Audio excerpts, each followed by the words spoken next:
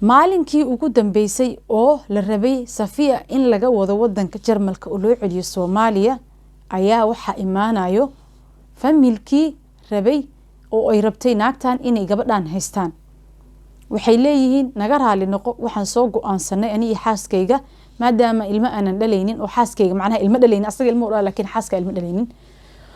oo waqti badan aan raadinaynay qof ilma aan korsano waxaan go'aansanay gabadhii yareed ee Safiya ahayd inaan anaga haysano maadaama hooyadeedana aan garanayay cunugta yarta aan maanta qof ihel haysanin intii loo celin lahaayay intii Soomaali loo celin lahaayay. الحمد لله وحده والصلاة والسلام على من لا نبي بعده رب اشرح لي صدري ويسر لي أمري واحلل عقدة من لساني يفقه قولي. السلام عليكم ورحمة الله وبركاته وعليه قدمانتين ملك استأجوبتان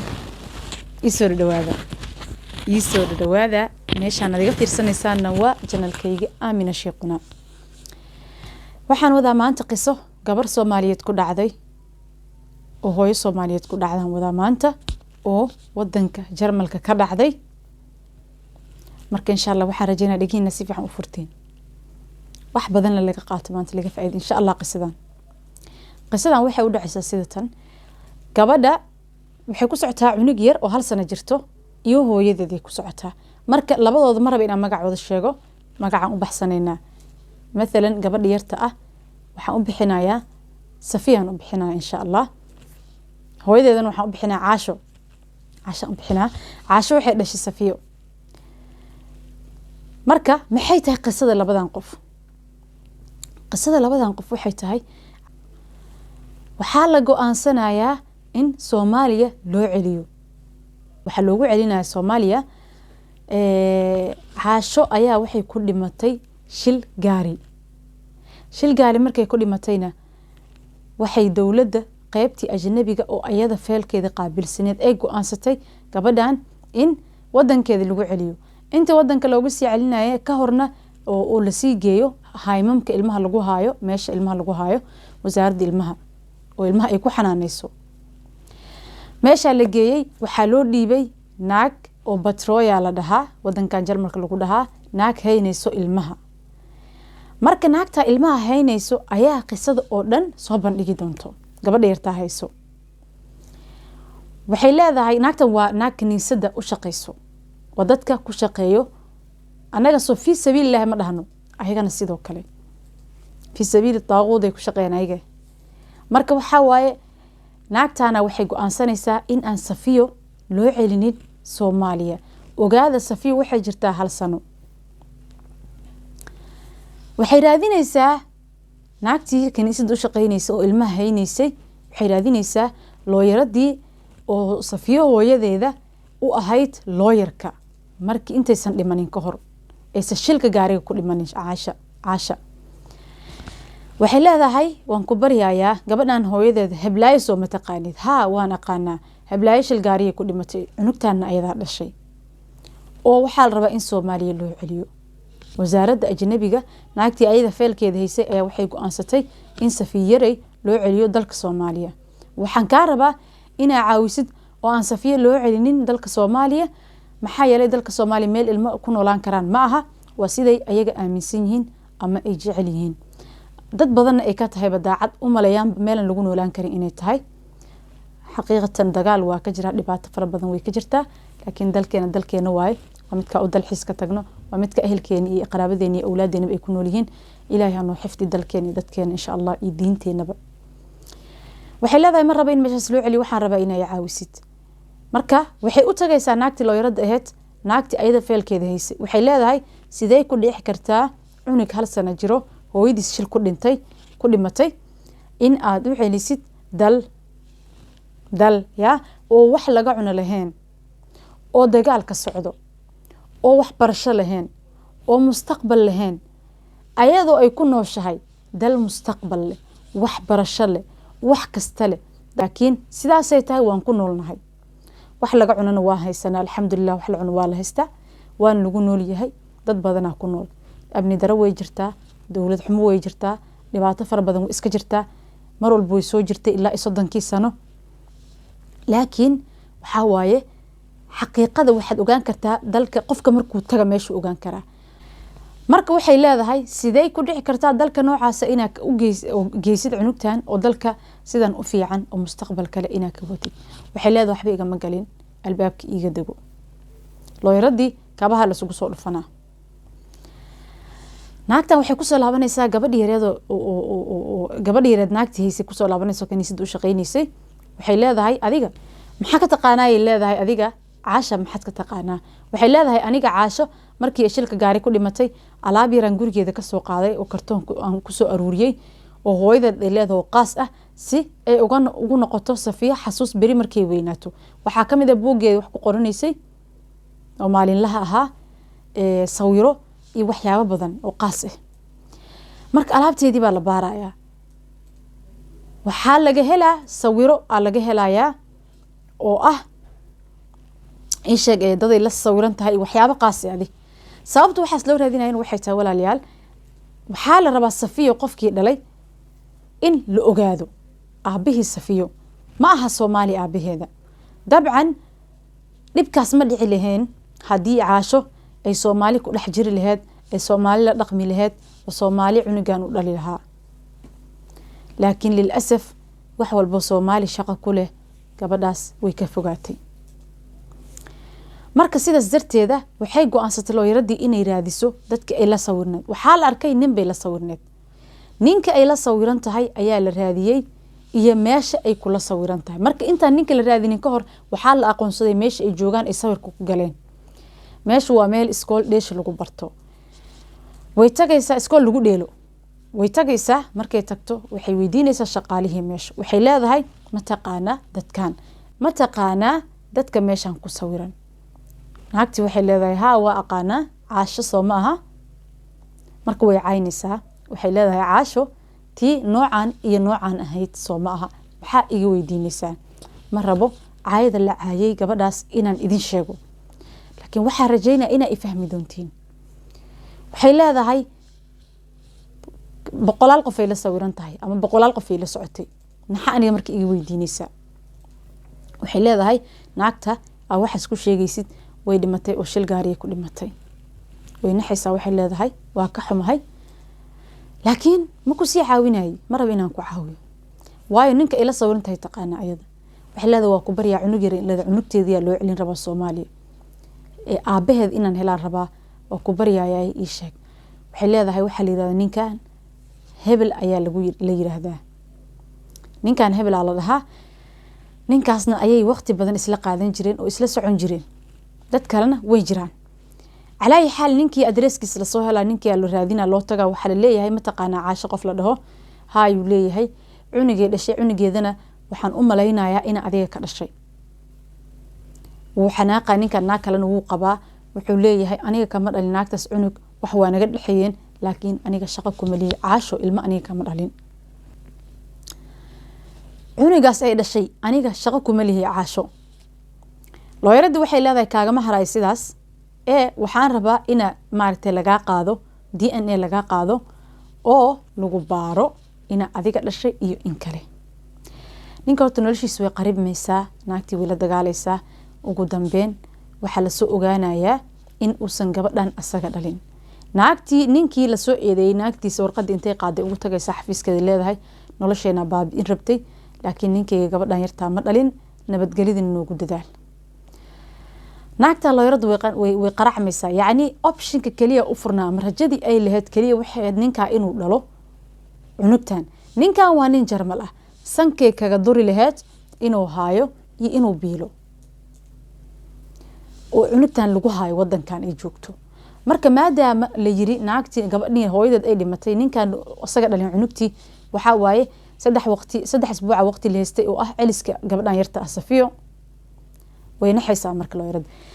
sidaas darteeda sidaas ay tahay xataa waxay ka codsanaysaa waxay leedahay idageyso waan ku ogahay in maartay gabadhan marka oo ninkeeda la soo eedeyn doono waxa ma dhalay sida la dhaha oo ilmo ma haystaan oo waxay intaas soo raadinayeen cunug ay haystaan ay korsadaan waxay leedahay maadaama cunug ay korsatay ay raadinayso oo feel ay ku jirtid oo subitaan ay ku jirtid liis cunugtan way dayacan tahay Afrika inta loo celin lahaa oo Soomaaliya loo celin lahaa waxaan kaa codsanaa ina adiga haysatid markaas leeda lagama yaabanaa cunugta xunta ah oo nolosheeda baabi'in rabto ani ninkaygana kala ful rabto inaa haayo hadaa ilmo la-aan weligii ahaado way kasoo dhaqaaqsanaysaa naagti meesha hadda marka waxaa waaye in aabba loo raadiyey waa cunugtiireed gabadhii waxay ku noqonaysaa naagtii ilmaha haysay ku noqonaysaa waxay leedahay ma taqaanaa dad kale oo ay la socon jirtay caasho waxay soo xasuusanaysaa nin la yiraahdo hebel ayay la soconaysay caasho Richard aa la dhahaa ninka Richard nin la yiraahdo ayay caasho la soconaysay oo ay ma aragtay saaxiibo ahaayeen kale bal aan ka raadino Richard intuu ku nool yahay adaraaskiisa la soo helaa goobtiisa shaqada loogu tagaa ogaada waxa uu haray hal isbuucan u malaynayaa marka inta goobta shaqada loogu tagin ninkan familkii isbuuc kadib way soo fakarayaan oo waxay soo go'aansanayaan cunugtii inay qaataan oo ay haystaan maalinkii ugu dambeysay oo la rabay Safiya in laga wado wadanka Jarmalka oo loo celiyo Soomaaliya ayaa waxa imaanayo familkii rabay oo ay rabtay naagtan inay gabadhan haystaan waxay leeyihiin naga raali noqo waxaan soo go'aansanay ani iyo xaaskayga maadaama ilmo aanan dhalaynin oo xaaskayga macnaha ilmo dhalaynin asaga ilmo u dhalay laakiin xaaska ilmo dhalaynin oo waqti badanna aan raadinaynay qof ilmo aan korsano waxaan go'aansanay gabadhii yareed ee Safiya ahayd inaan anaga haysano maadaama hooyadeedana aan garanayay cunugta yarta aan maanta qof ihel haysanin intii loo celin lahaayay intii Soomaali loo celin lahaayay waxilada waan ka xumahay waad soo daahdeen maanta Safiya waa maalintii loo dhoofin lahaa dalka Soomaaliya oo loo diri lahaayay hadda wasaaradii waxaa la keenay oo ay ka bixi lahayd la keenay oo askartii meesha jiraan way soo baxaysaa waxay leedahay hadaan nasiib leenahay waxaan raadinayaa maadaama labada waalid midkood in leelay qasabtay maadaama hooyada dhimatay aabaheed in leelay waa qasab Safiya aabaheed runta aha ayaan raadinayaa ee waqti isiya way soo ordaysaa waxay ku soo laabanaysaa sidaan hore idin kugu sheegay naagta ilmaha haysay oo waxay leedahay ma taqaana qof kale waxay leedahay ninkaas Richard la yiraahdo ayay ma aragtay la soconaysay ninkaas bal aan raadino ninkii goobtiisa shaqada loogu imaanaya markii goobta shaqada loogu imaado waxa la leeyahay ma taqaana caasho oo dhashay Safiyo markaas uu leeyahay ha waan aqaana waan ogahay leeda in adiga dhashay cunugta yarta ah waxaan kaaga baahanahay inay caawisid wuxuu leeyahay aniga caasho waa u sheegay shaqo inaan ku lahayn cunigan ani ayda saaxiib ahayn waxna igama galin ilmahaana ma rabin inaan wax shaqo ku yeesho iga raali noqo markaas leeda maysa u manisid ma arinta caawinaada kaaga baahanahay Safiya yaray caawinaada kaaga baahan tahay waayo Afrika loo celin rabaa oo maxaa la dhahayay ina waxa raba family ba qaadanayo Safiya maadaama hooyad ay joogin saxiixaga loo baahan yahay waa ku bariya kaliya ii saxiix in ilmahaas ay qaataan cuniga sirka familkaas ay qaataan wax biil ah lagaaga ma baahna adiga wuxuu leeyahay haday sidaas tahay oo biil laga rabin waan saxiixaya oo waan siinaya familkaas arxan darana balka waran waxa soo kala aabe Richard waa nin Jarmal waa nin gaal ah kii horena waa nin wuxuu ahaa la haystay oo adaa lagu haysto cunugta yarta wuxuu ahaa asaga nin Jarmal oo gaal ah على أي حال دقيقة ugu dambeeyay oo la sii xambaarsan yahay Safiya yaray oo la rabo in gaariga booliiska la saaro eelboorka laga dhoofiyo waxa imaanayo aabihii runta u dhalay wuxuu leeyahay aniga waxaan ahay nin Jarmal ah cunugtan aniga dhalay mana ka bixin kartiin dalka waxaan rabaa inaan familkan siiyo marka naagtii waxay leedahay oo yaani oo arxandaray u arkayeen ayaga dabcan sidii ula jeeday waa arxandaro inay cunug yar dhoofiso laakiin anaga Soomaali ahaan ama muslim ahaan maxaa noo fiicnaan lahaa cunugtaas in lagu celiyo Soomaaliya ayaa noo fiicnaan lahayd liyal asaf laakiin ma dhixin cunugtii yareed waa laga soo gaarayaa oo dabcan sidii ay sheegaysay ayeedeeda awooheeda u nool Soomaali u joog ayaga kornaayeen dhaysay waana macquul in ayeedeeda awooheeda ay rabeen in loo keeno Safiya yaray Safiyo waxa dhacayso in laga soo gaarsado oo booliiskii laga dhigo oo ay tiraahdo 4 daqiiqo kaliya isii wax ma raba inaan ku sheego aabaheed waa kana oo asaga yiraahdo aniga aabaheed ee familkana nasiir raba warkana meesha soo ku eegay marka waxa laga codsanaa inuu soo cadeeyo inuu asaga dhalay DNA uu iska qaado uu iska qaada asaga dhalay gabadhii oo familkii ayaa sidii lagu siinayaa looyaradii farxad may farxaysaa naagti kaniisada u shaqaynaysa farxad may jaanibka ibni aadanimada haddii laga fiiriyo waa sax adiga maanta waa sameyn lahayd meeshaas laba faa'iida ku jirto dadka cunugtan yarta ah maadaama dal islaam la geyn rabay naagtan way ka faa'iideysatay ama ibni aadanimo uga faa'iideysay oo yacni ay u caawisay ama waxay u caawisay in cunugtan yarta ah beri ay noqoto cunug gaalo ah oo ma aragtay aniga iyo adiga iyo idinka oo dhan ma ogolaan lahayn cunug dal islaam ku dhashay wadankeena Soomaaliya ku dhashay oo qayb ka mid ah familkiis uu gaal yahay in ma aragtay gaalada loo diro cunug yarka ah anima ogolaan lahayn adina ma ogolaan lahayn waa huba sheekadu waxay ku soo gabagaboobaysaa Safiyaray in familkii gaalada ahaayay ay sidii ku qaataan warkana meesha ku soo dhamaaday sheekadan maxaa laga faa'iidaa sheekadan waxaa laga faa'iidaa caasho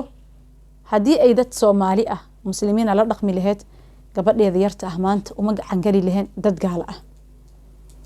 ugu yaraan waxa wasaaradda laga dhameyn lahaa in loo celiyo Soomaaliya loo celiyo cunugtan oo familkeeda loo geeyo haddaan dad famil Soomaaliya inta ku haysanin waaba haddii ay dawladda yacni ay dhihin shaqo ma ku lihidin waayo dawladda shaqo ma ku lihidin ma dhihin wax hayaa la way cunugtan yarta ah sidaas darteed wasaaradda waxay go'aansatay inaysan haynin asaga iska go'aansanaa qofka ku qaabilsan wadankan waa ka yaab moogta federaalka dhibaatadaas uu leeyahay marka hadday maanta dad Soomaaliya muslimiin xiriir lahaan leh dhibaatadaas ma dhici lahayn tan kale xaaladda caasha laga sheegayay xaalad qurux badan ma ahayn oo waxay ka sheegayeen wax aad iyo aad u fulxun iska daa gabar muslimne gabdhaha gaalada xataa aan sameynaynin qaarkooda inaa wadan gaala inta soo gashid gaalada ku dhex yaacid oo gaali iska dhex gashid oo Soomaali ka carar aan noqotid oo muslim ka carar aan noqotid naftaan laguma siinin meel lagu soo joogan Allahu a'lam hatta hadaadan ilmo dhalin horta hadaa ilmo dhashay la budda waa inaa muslim iyo Soomaali xiriir la lahaatid oo wadankan qurbahana aad joogtid taas horta ha lagu baraarugo ina tuulo meel codla inta la dago oo ilmaha la isaga haysto meesha bari markii tiraba ku imaat ilmaha intay ku dambeeyaan waa la iska dareersanaa dil rabo hadaad ilmo dhalina adiga intee ku dambeynay yaa ku aasaayo intee lagugu aasaa qabuuro muslim laguguma aasaayo waa lagugu baa horta cid ku aasaysa mar ilaa cid ku gadaysa mal maxaa la dhulka meeshan waa la gataa muslimka qofkii aan ehel u joogin muslimka Soomaalida iyo dadka muslimiinta oo ordo oo dhulka waa loo gadaa masaajida la geeyaa waa la soo dhaqaa adiga waaye Soomaali iyo muslim dhana ka carartee sidee rabtaa inaa lagu dhaqo oo lagu duugo hadhow waa lagu gubaa hadii la rabo waa lagu shiidaa hadii la rabo waa lagu barbaranaa organic dhana laga la baxaa maxaa la dhahay waxyaabaha macdanta dhana laga la baxaya meel xunaha ku dambeynay xaaladda ay caasho ku dhimatay xaalad qurux badan ma ahayn ulujeedadan kale waxay tahay arintaas in laga waanto hadda aan ka sheekeeyay oo ina Soomaali ka orodin oo meel cid la aadagtiin ha la iska ilaaliyo bataatan waa arin qatarteeda le waay Soomaaliya ka ordin dani ku tahay Soomaali ina la joogtid isdhaxgal ee madax isla gal leedama dhihin laakiin ha la iska warqabo aragtida Soomaalida waa daawo wallahi hadaa Soomaali arki qofkii meel cid degay asaga yaqaano tan kale walaalayaal ujeedada ugu weyn ee maanta cajaladaan aan u soo duubo waxay tahay in loo duceeyo caasha waxaan u rajaynayaa inay diin islaam ku dhimatay caasho qofka maadaama haduu diin islaam ku dhintay raxmadii Ilaahay asaga waaye asaga dooranaya Ilaahay Aziizur Rahmaan waaye in ma aragtay uu naxariisto inuu ma aragtay cadaabo adoonkiisa Ilaahay asaga ma aragtay asaga go'aan ka gaarayo waxa aan rabno waxay tahay islaamnimo haday ku dhimatay caasha Ilaahay subhanahu wa ta'ala qof walba cajaladeyda ay soo gaarto in uu ma aragtay u soo duceeyo tan kale oo ah Safiyaray gabadh yareeda ay ka tagtay uu ninka dhalay ma aragtay ii sheeg aabaheedana Jarmalka ahaa in ma aragtay oo famil gaala ah aabaheedana uu yahay gaal famil gaalana ay korsadaan walaalayaal cunugta sirta maanta diinteeda inta lagu sheegaa diinteeda xageen ku sheegayna hadhow meel lagu sheega mare Ilaahay waxaan ka baryaa Safiyaray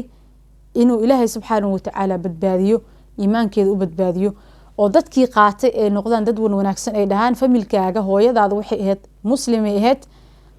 ay dhahaan maarta waa laga yaabaa inay geeyaan meel oo islaam oo dadka oo Soomaalida ay baraan oo hooyada Soomaaliyada ahayd muslimna ahayd ikhtiyaar la geliyo cunigaas oo diintiisa la tuso hadhow muu maleynay laakiin Ilaahay aan ka rajaynaa haddii ummadaas islaamka oo dhan ay usoo duceeyaan waxaa laga yaabaa in ilaahi subxaanahu watacaala badbaadiyo Safiya. sheekadeeni maanta halkaan aan kusoo gabagabeynayaa. muuqaalkan muuqaalka xig intaan ku kulmi doono walaalayaal waxaan idinkaga tagayaa sidaas iyo nabadgelyo. Asalaamu calaykum waraxmatullaahi wabarakaatuh.